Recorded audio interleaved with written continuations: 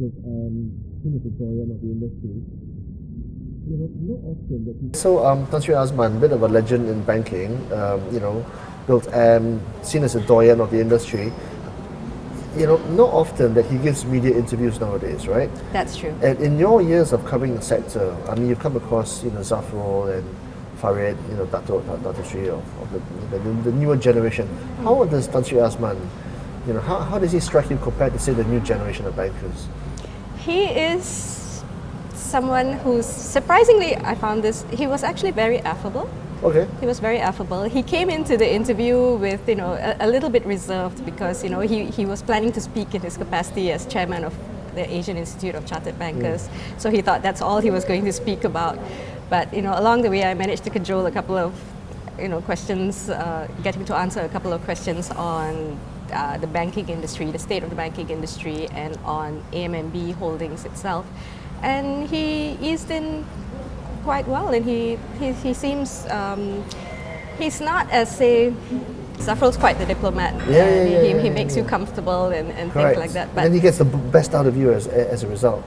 He does, but I don't know. I was actually quite impressed with Azman.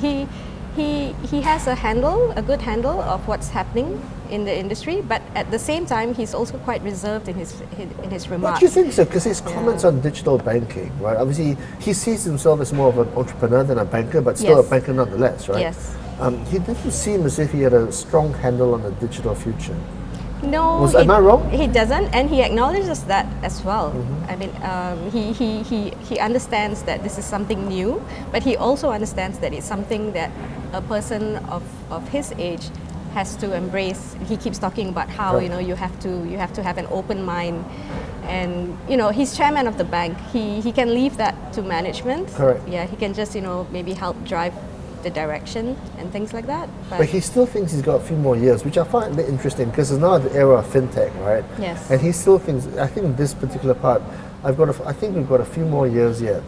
I'm not sure whether he's right, I mean, know. You get the sense? Yes, I did. So Nazir, for instance, is quite sure that Absolutely. things are going to change Exactly. quite soon, quite fast. Yeah. Whereas he seems to think that they can go on for a while doing the same things they've always done. I was quite surprised because I did ask him, what are some of the banking businesses that he thinks will change over the next 3 to 5 years? And he says, we'll carry on doing what we've always done.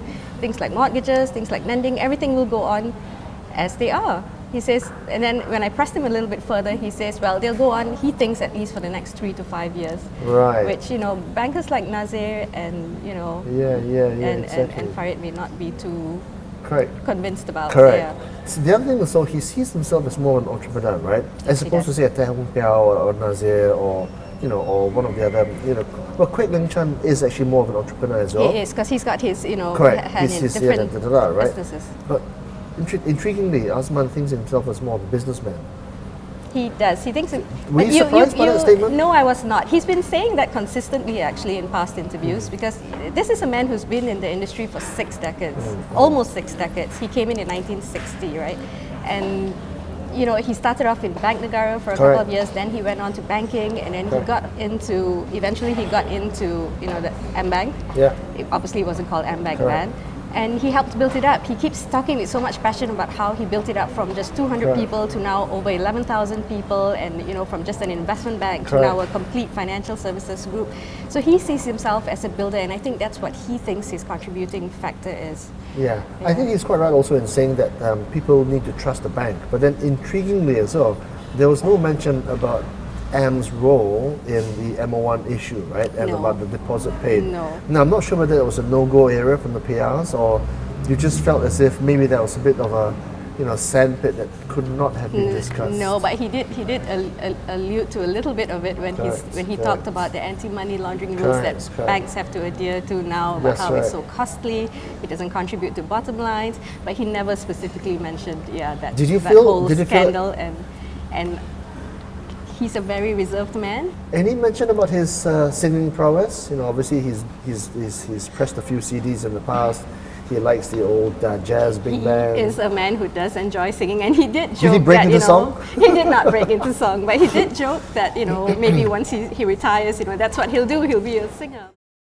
For more on this story, pick up a copy of The Edge Weekly at all good newsstands.